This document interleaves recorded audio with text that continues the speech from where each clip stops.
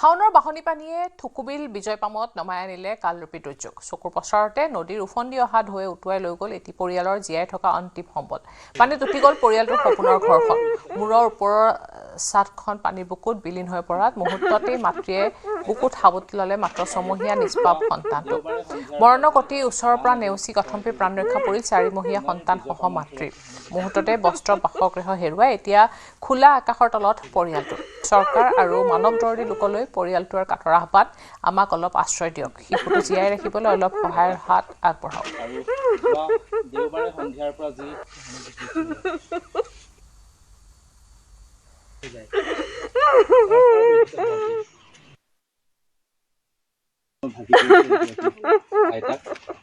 আৰু দেওবাৰে সন্ধিয়াৰ পৰা যি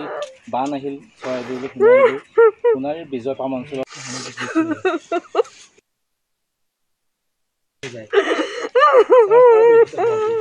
পানীটো আমি মই 12টা পিছলৈকে আছিলো ঘৰত তাৰপাছত পিছবেলা সময়ত মানে পুৰা এইফালে সোমালে মানে হেৰি হৈ গ'ল তেতিয়া মই ভাবিলো যে বচাটো বাচিবলৈ নোৱাৰিম হ'বলা বুলি কয় তেতিয়া ল'ৰা পালিকেইটালৈ ওলাই গ'লো আমাৰ ওলাই মানে থাপতে মানে ল'ৰাজনী কেঁচুৱা ছোৱালীজনীক ফটাকানি কেইখনমান লৈ গ'লো কিমান কেঁচুৱা 4 মাহ হৈছে জন্ম হোৱা ছোৱালীজনী আৰু এটা 3 বছৰীয়া ল'ৰা আৰু তাইটো 12 বছৰ ইহঁতকে লৈ পিনে মানে মুঠতে ওলাই গ'লোহে মই তাৰপিছত আকৌ এবাৰ আহিম বুলি ভাবিছিলো তেতিয়া ঘৰটো মানে মেঘ কৰিলে পানীটো পুৰা আহি গ'ল তেতিয়া মই নাহিলো আৰু ভয়তে ঘৰটো হেঁচা মাৰি ধৰিব বুলি তাৰপিছতে পাছত শুনিছো ৰাইজে কৈছে বোলে তোহঁতৰ ঘৰটো গুচি হৈ গ'লগৈ বুলি কৈছে তাৰপিছত এতিয়াতো ঘৰটো চিন্তা হৈছে এতিয়া আমিতো বেলেগৰ ঘৰত আছো তাকে ঘৰটো যদি সাহায্য পাইছে নাই এতিয়া খোৱাটো পাই আছো খোৱাটো মানে আমাৰ হেৰি নাই দিছে ৰাইজে মানে পঞ্চায়তে দিছে আমাৰ চৰকাৰ ঘৰৰ পৰা দিছে